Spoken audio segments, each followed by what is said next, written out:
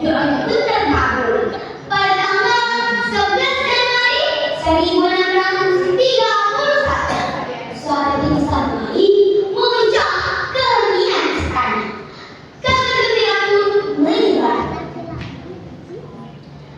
Terima kasih ya Tuhan, Engkau yang Maha Pemurah telah mengabulkan doa kami.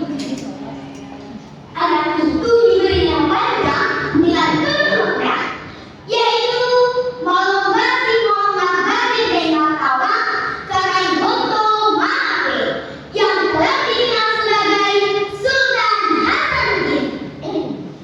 Anak ini akan menjadi penerusnya kerajaan Goa yang paling disegani.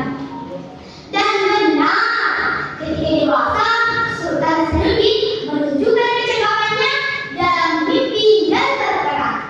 Ia menaklukkan berbagai wilayah, yaitu Pulau Selayar, Buton, Bima, Banggai, hingga Lestari. Ia bahkan menjalin perjanjian dengan kerajaan-kerajaan di Maluku. Namun, kemakmuran itu menarik perhatian bangsa.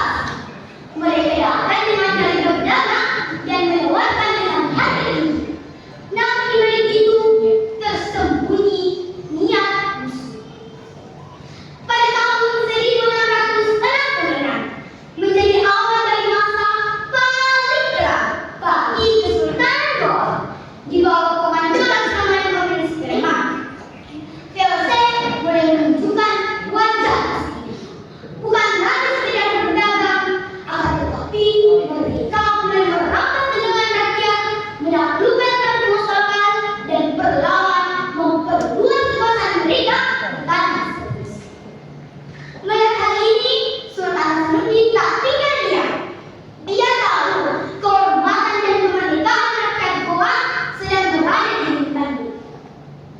Hal ini tidak bisa dibiarkan terus-menerus. Kita harus melawan para penjajah itu. Setiap jengkal tanah, tumpah darah, dan kemerdekaan rakyat negeri ini harus dipertahankan dengan nyawa kita. Dengan semangat berkorban, sang sultan menunggang kuda di barisan paling depan pasukan. Suara kuda menggema di medan tempur.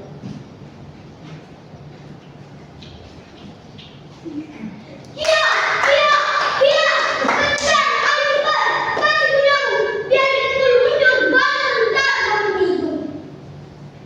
Wahai kalian berpenjara, angkatlah kalian dari tanah ini. Namun para kompeni tidak gentar menghadapi perlawanan Goa. Dengan keangkuhan mereka menjawab,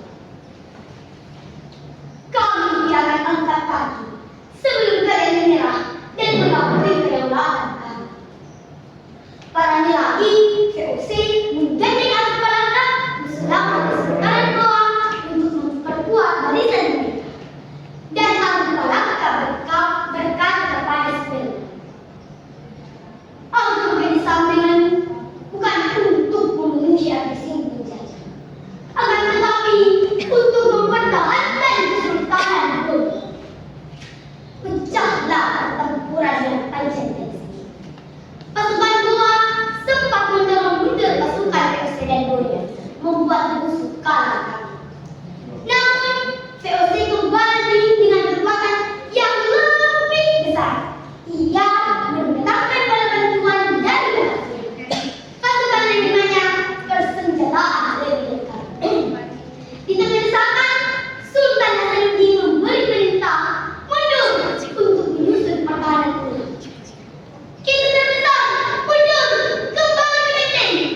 Meski jumlah tentara Kesultanan Goa jauh lebih sedikit dibandingkan kompeni, akan tetapi setelah menyusun pertahanan ulang, sang Sultan tetap berdiri tegak dan memberi perintah dengan tegas.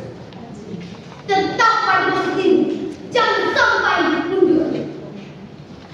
Namun, perjuangan itu mencapai di akhir. Pada tahun 1669, benteng Sobabu, benteng terakhir dan terkuat Kesultanan Goa, akhirnya ditembus oleh